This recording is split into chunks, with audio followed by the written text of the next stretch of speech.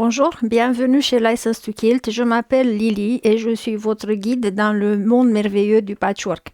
Après avoir appris la dernière fois comment construire ses propres coussins et ses propres oreillers, il est temps maintenant de les habiller. Aujourd'hui, on va apprendre deux nouvelles notions. La première, c'est comment utiliser l'appliqué thermocollant coupé au laser. Et la deuxième, c'est une nouvelle méthode de binding que je vais vous montrer tout à la fin.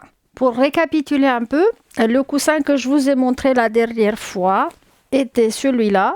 Encore une fois, il n'est pas de moi. Donc, il n'est pas de moi, c'est Shabby Fabrics.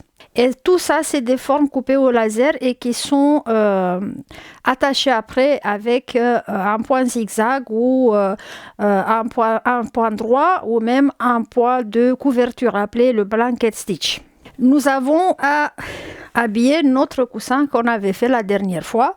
Donc, je vais le mettre de côté. Et pour ceci, j'ai choisi les formes appliquées par Edita Sitar qu'on va examiner un tout petit peu de plus près pour voir ce que c'est. On va lire ce qui est marqué sur le paquet. Donc, c'est du Laser Cut Fusible Shapes for appliquer, ce qui veut dire en français des formes pour appliquer thermocollantes coupées au laser. Celles-ci viennent de chez Edita Sitar, qui a sa compagnie nommée Laundry Basket Quilts, et c'est une série de formes appliquées qui font partie de la collection Little Sweetheart. On voit ici. Et donc, Edita, elle a appelé ces formes thermocollantes et coupées au laser silhouettes. Ça, c'est pas difficile à comprendre. C'est carrément un mot français. Donc, on va ouvrir le paquet et on va voir ce qu'il y a dedans. Voilà, on va couper avec attention. On a 2 sachets en réalité dans un kit. On va couper de manière à pas couper les tissus. Et c'est ça qu'on a. Donc, des formes qui se présentent comme ça. Donc, on va les laisser ici pour le moment et on va juste re-regarder sur le dos. Il y a un modèle. Elle nous dit, c'est une méthode ou alors un design qu'elle nous propose pour arranger toutes ces formes-là sur notre tissu. Je commence par mesurer déjà mon coussin. Et donc, j'ai 50 cm et normalement, je dois avoir 50 de l'autre côté. Donc, mon coussin fait 50 sur 50 cm. Donc, du coup, c'est bon. Je l'enlève et je prépare mes tissus. Je vais choisir maintenant les tissus que je vais utiliser pour réaliser la housse de mon coussin. Donc, j'ai préféré pour cette fois choisir exactement les tissus qui sont montrés sur le paquet d'appliqués. Et donc, je vais prendre d'ici le tissu de fond qui est un tissu clair avec juste un petit peu d'imprimé rouge et rose. Donc, assez clair pour bien faire ressortir les appliqués. Et puis, pour le binding, donc pour le cadre extérieur, même si le choix, j'avoue qu'il est difficile. Bon, je vais prendre celui-là. Donc, un rouge qui va contraster assez bien avec l'un avec l'autre et qui va faire ressortir encore plus mes appliqués. J'ai dit donc que mon coussin fait 50 sur 50, mais je ne vais pas couper pile 50 sur 50. Je vais me découper un petit peu plus, 55 cm de tissu, parce que j'aurai besoin quand même d'une marge de couture également, et puis pour avoir assez de place pour mes appliqués. Et puis de l'autre tissu, je vais juste sortir des bandes de 2,5 inches parce que l'autre, il est destiné à faire le binding. Pour l'instant, j'ai 2 carrés de 55 sur 55. Je vais choisir un pour faire le devant de ma housse, et puis j'ai 2 bandes de 2,5 inches du tissu contraste pour le pourtour. J'ai choisi de doubler mon tissu de devant avec molleton thermocollant dont je vais couper un carré de 60 sur 60. La coupe peut être approximative, donc je la fais librement au ciseau parce que de toute façon il dépasse mon nécessaire, mais c'est ce qu'il faut. Donc, et après je vais découper un tissu de dos pour faire un sandwich, très probablement un blanc, et celui-là il aura 65 sur 65. Donc 50 sur 50 mon oreiller, 55 sur 55 le tissu de fond, 60 sur 60 le molleton et 65 sur 65 le tissu de doublage. Le tissu de doublage est en fait le même que j'ai utilisé pour la construction de mon oreiller, c'est du blanc uni, du blanc patchwork. En fait, vous allez me dire que pour ça, vous pouvez utiliser des tissus bas gamme. Je vous déconseille parce que les tissus bas gamme d'une vont rétrécir beaucoup au lavage, donc votre patchwork qui va se trouver dessus va être un petit peu défiguré et puis même pour la construction de l'oreiller, la résistance, la vie de votre oreiller ne sera pas la même. Voilà, c'est juste un peu que j'ai repassé. Maintenant, on va préparer le sandwich. On va mettre le molleton. Le mien, il est thermocollant. Donc, je fais attention à le positionner avec la partie thermocollante vers moi. Voilà, donc on voit bien que le tissu est un tout petit peu plus grand que le molleton. Et par-dessus, je vais mettre mon tissu vedette. Et comme je vous ai dit plein de fois, quand on travaille avec des produits thermocollants, on ne fait pas comme ça. On prend le temps et on va doucement en appuyant juste avec le fer sec, jamais avec de la vapeur parce que ça dissout la colle. Et on va portion par portion jusqu'à ce qu'on aura tout collé. Avant d'appliquer mes formes, avant de les arranger, de les mettre en place, je vais marquer le milieu de mon tissu. Alors comme je sais que chez moi ça fait 55 cm, donc je vais chercher le milieu qui est à 27,5 si mon arithmétique est encore bonne. Et donc je vais tracer une ligne verticale et une ligne horizontale pour savoir où j'ai le milieu et pour bien centrer mon design. Voilà, j'ai organisé toutes mes formes.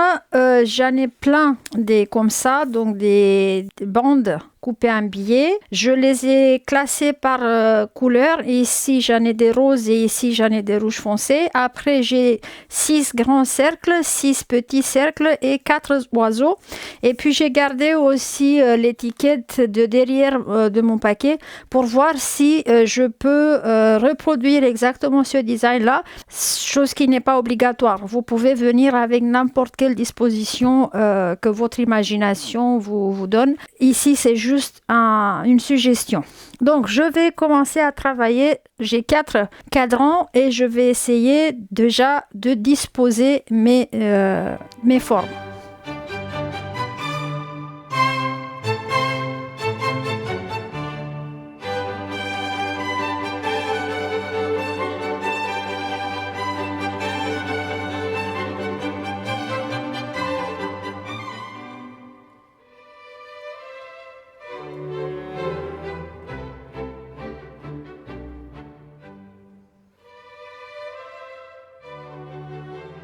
J'ai fait mon design et j'ai constaté déjà une première chose. Dans le sachet, on en a plein. Des formes.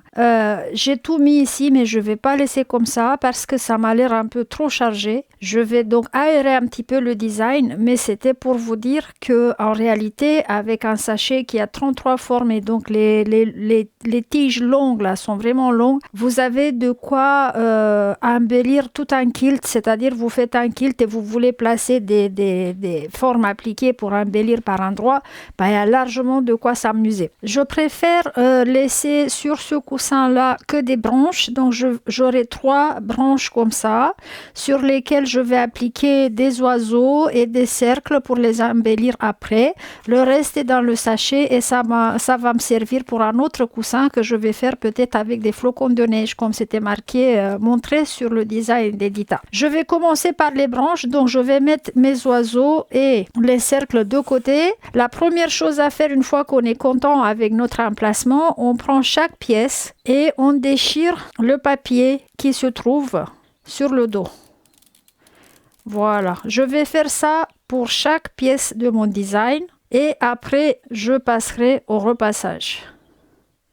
Et je les remets en place comme ils étaient. Quand on pèle le papier qui se trouve derrière le tissu, il laisse une couche de colle qui, j'espère que vous la voyez, essayez, c'est comme dans le scrapbooking, essayez de pas la retirer par accident.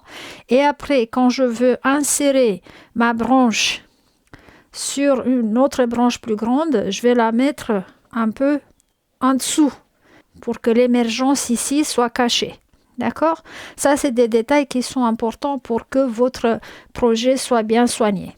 Sans le papier derrière, les formes s'agrippent beaucoup mieux au tissu et donc on voit cet aperçu-là. C'est en fait l'image finale que ça va donner une fois que tout est collé en place. Avant de passer le fer à repasser par-dessus, toute portion de notre design est repositionnable. Donc il suffit juste de l'enlever et le remettre là où on veut et après on le presse délicatement avec le doigt et c'est tout. Maintenant, on va les repasser au fer sec et de nouveau, sans se balader comme ça par-dessus, on appuie, on reste quelques secondes et on va plus loin.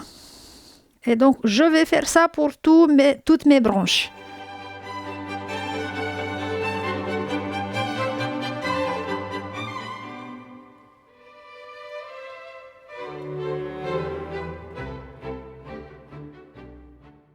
Ces formes-là étant très fines, j'aurais du mal à passer un zigzag partout sans cacher complètement le tissu. Alors, ce que je vais faire dans des situations pareilles, je préfère faire une couture droite, une couture normale, simple, et je vais aller tout autour de mes formes. Donc, je vais faire des allers-retours à un point droit partout.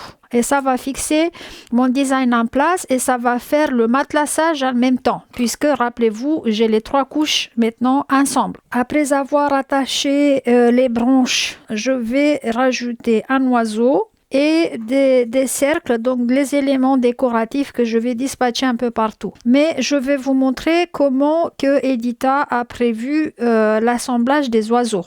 Dans le paquet, vous allez trouver 4 formes d'oiseaux, 2 roses et 2 rouges. Ce ne sont pas 4 oiseaux, mais 2, parce que on doit combiner les 2 pour faire un oiseau réaliste. Comment on fait ça? On va d'abord peler le papier qui se trouve sur le dos de la forme rouge. On va l'asseoir comme ça nous convient ici. On va lui donner un petit peu de repassage. Et après, on peut tirer le papier qui se trouve derrière la forme rose pour appliquer notre oiseau là où on veut. Donc, j'ai décidé de poser mon oiseau ici, au centre de mon design. Et donc, je vais le fixer en place avec le fer à repasser. Je vais juste lui donner un point zigzag ou un point couverture blanket stitch autour. Et pour les cercles, ça c'est simple. Je vais juste les dispatcher ici et là, voilà, pour compléter mon design. Et puis, notre appliqué sera fini. Mon appliqué est fini. Maintenant, je dois réduire. Donc, je vais couper l'excès, tout ce qui est excès de tissu là-bas. Je me suis refait les lignes de milieu et j'ai décidé que ma tête d'oreiller aura, par rapport à mon oreille qui a 50 sur 50, j'ai décidé que celle-ci, elle aura 52 sur 52. Alors, à partir de la ligne de milieu, j'ai donc mesuré 26 cm tout autour. Je me fais des marques où je vais passer avec le cutter. Et comme ça, j'aurai un carré parfait. J'ai laissé 2 cm de plus par rapport à l'oreiller pour laisser la place pour la bordure extérieure, donc pour le binding.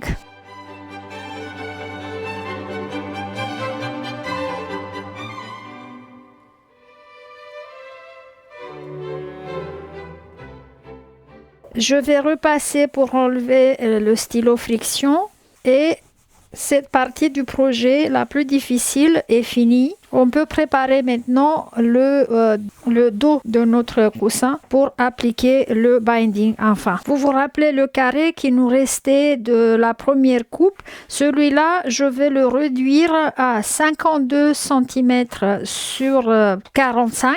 Le côté long de ce carré-là, je vais le décorer avec un tissu contraste et je vais vous montrer tout de suite comment on fait ça. Déjà, je vais découper d'ici au ciseau un petit peu des bandes que j'avais coupées de 2,5 que j'avais coupées avant. Je vais mettre un droit contre un droit sur le côté long donc et je vais lui donner une couture simple au bord pour les assembler. J'ai attaché la bande rouge à mon tissu de fond et j'ai repassé la couture ouverte. Et là, ce qu'il me reste à faire, c'est repasser l'autre bord libre de la bande rouge sur 1 cm à l'intérieur.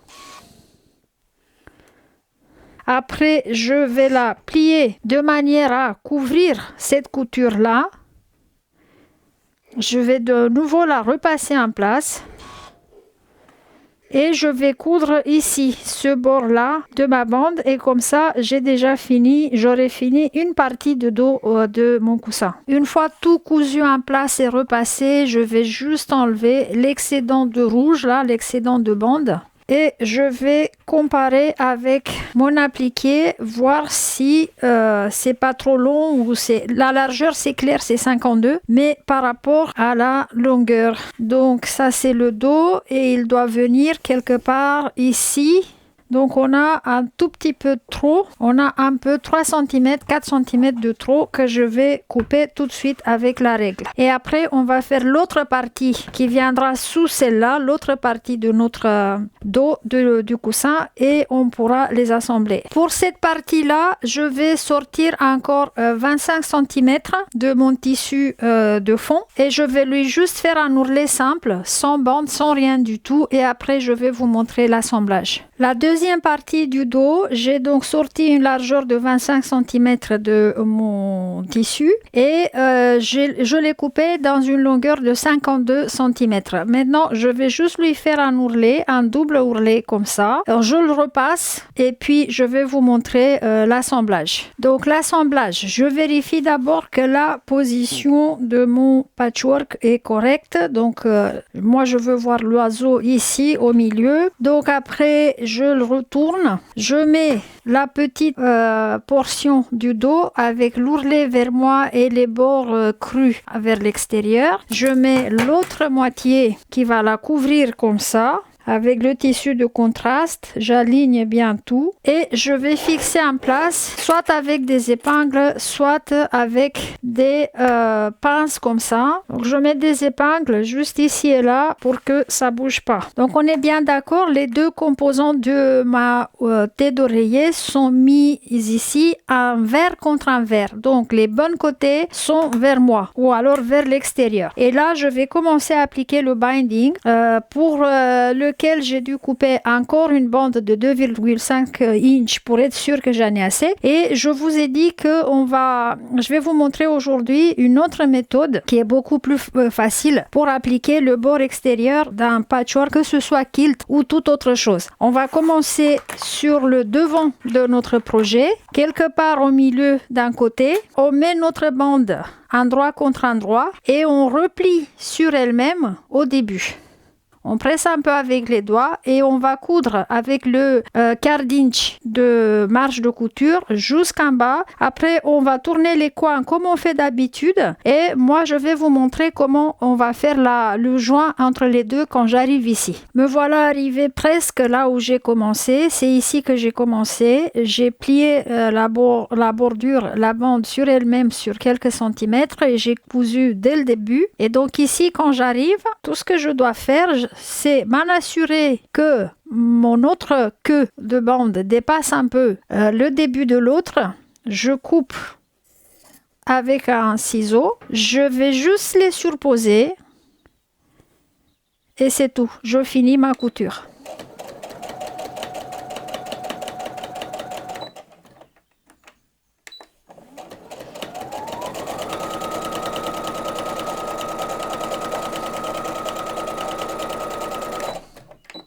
Voilà. Et maintenant, on va la retourner à l'endroit, notre bordure. C'est ce qu'on a en ce moment. Et ici, c'est l'endroit où on avait surposé les deux bandes. Et vous allez vous demander comment que ça va se fermer. Bon, je vais vous montrer tout de suite. On retourne tout. Et on commence à fixer notre rebord. Et on commence avec cette partie-là. On tire au maximum. On va plier une fois jusqu'à ce que le bord de notre bordure touche le bord de notre oreiller et quand on plie ici comme ça, le joint se fait automatiquement. C'est magique. on met une pince et c'est tout. Et on va continuer d'attacher notre bordure comme ça tout autour de notre projet. J'ai mis des pinces tout autour. J'ai procédé comme d'habitude, comme dans les autres projets que je vous ai montré. Ça, c'est le dos et puis ça, c'est le devant de mon coussin. Maintenant, je vais coudre dans la couture ici, tout autour et le projet est fini. On pourra habiller l'oreiller. Et voilà mon projet fini, le coussin habillé. Je ne trouve pas que c'est moi qui l'ai fait, mais il est super chouette. Ça, c'est le devant et puis l'arrière, voilà. C'est vraiment super, super chouette. Et il y a encore un détail, vous verrez aucune couture apparente, ni à l'extérieur, ni à l'intérieur, si vous suivez les pas que je vous ai indiqués dans ma vidéo. Récapitulons, pour réaliser ce superbe oreiller ou coussin décoratif ou appelez-le comme vous voulez, j'ai utilisé 1 mètre de tissu de fond, tissu clair, 25 cm de tissu contraste pour les bords et la moitié d'un paquet appliqué de Editas Art, les 3 éléments dans la collection Little Sweetheart. Je vais vous mettre tous les liens en bas vers notre boutique où vous trouverez exactement tout ce qu'il vous faut pour réaliser ce super beau projet. Et sachez une chose, vous pouvez jouer avec les tissus de Edita à l'infini. Vous pouvez par exemple choisir pour le fond un beige de la collection Sonoma ou de la collection Bed of Roses parce que les tissus de Edita sont interchangeables, son design est unitaire. Donc vous pouvez mixer et combiner ces collections sans faire de faux pas. En tout cas, moi je vous remercie pour votre présence à mes côtés aujourd'hui. J'espère que ce projet vous plaît à vous autant qu'il me plaît à moi. Il est super chouette et je vous donne rendez-vous pour un autre projet très bientôt, c'est promis. Bonne couture à vous!